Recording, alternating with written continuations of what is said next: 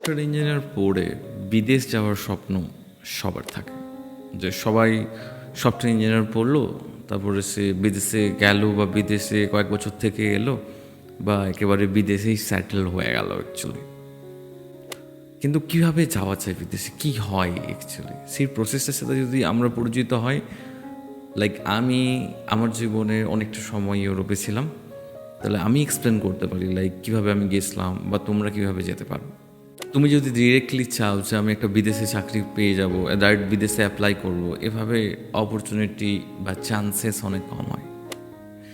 তো first option হচ্ছে তুমি যদি কোনো একটা সার্ভিস বেস কোম্পানিতে কাজ করো, যে কোনো একটা সার্ভিসেস কোম্পানি, সেটা তোমাদের যেগুলো সার্ভিসেস জানো, এগুলো টিসিএস সিটিএস এগুলো মিলিয়ে একটা সার্ভিসেস কোম্পানি, যেগুলোর অন্যদের জন্য কাজ করে, যাদের মেন ক্লায়েন্ট ধরো কোনো একটা ইউরোপিয়ান কান্ট্রিতে আছে এবং তাদের প্রজেক্টে তুমি কাজ করো, তাহলে তোমার ক্ষেত্রে একটা ভালো অপরচুনিটি তৈরি হয় অন সাইডে যাওয়া, অর্থাৎ বিদেশে যাওয়া।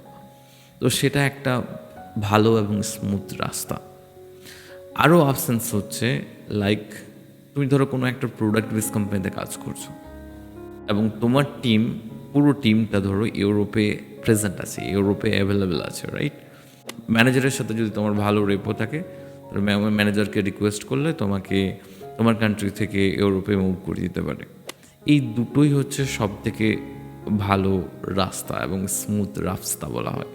একটা হচ্ছে প্রোডাক্ট বেস কোম্পানিতে ইন্টারনালি সুইচ করে কোনো ইউরোপিয়ান যদি তোমার টিমের সাথে কাজ করো, সেখানে তুমি মুভ করতে পারো। নাহলে সার্ভিসেসের ক্ষেত্রে মেনলি ক্লায়েন্টের কাছে যদি অনসাইট পাও, সেটা একটা ভালো অপরচুনিটি হিসেবে কাজ করে।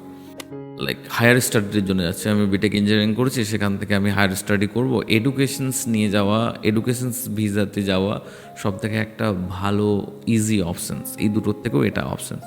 এবং বাকি যে অপশানসগুলো আছে, লাইক তোমাকে কোনো একটা কোম্পানি সেখান থেকে জাস্ট একটা অফার লেটার পাঠালো বা সেখান থেকে ভিসার ব্যবস্থা করে দিচ্ছে, এভাবেই আমার মনে হয়, বা কোনো একটা কনসালটেন্সির থ্রুতে তুমি ডিরেক্টলি যাওয়ার চেষ্টা করছো, সেগুলো অত বেশি লাইক ভালো হয় না।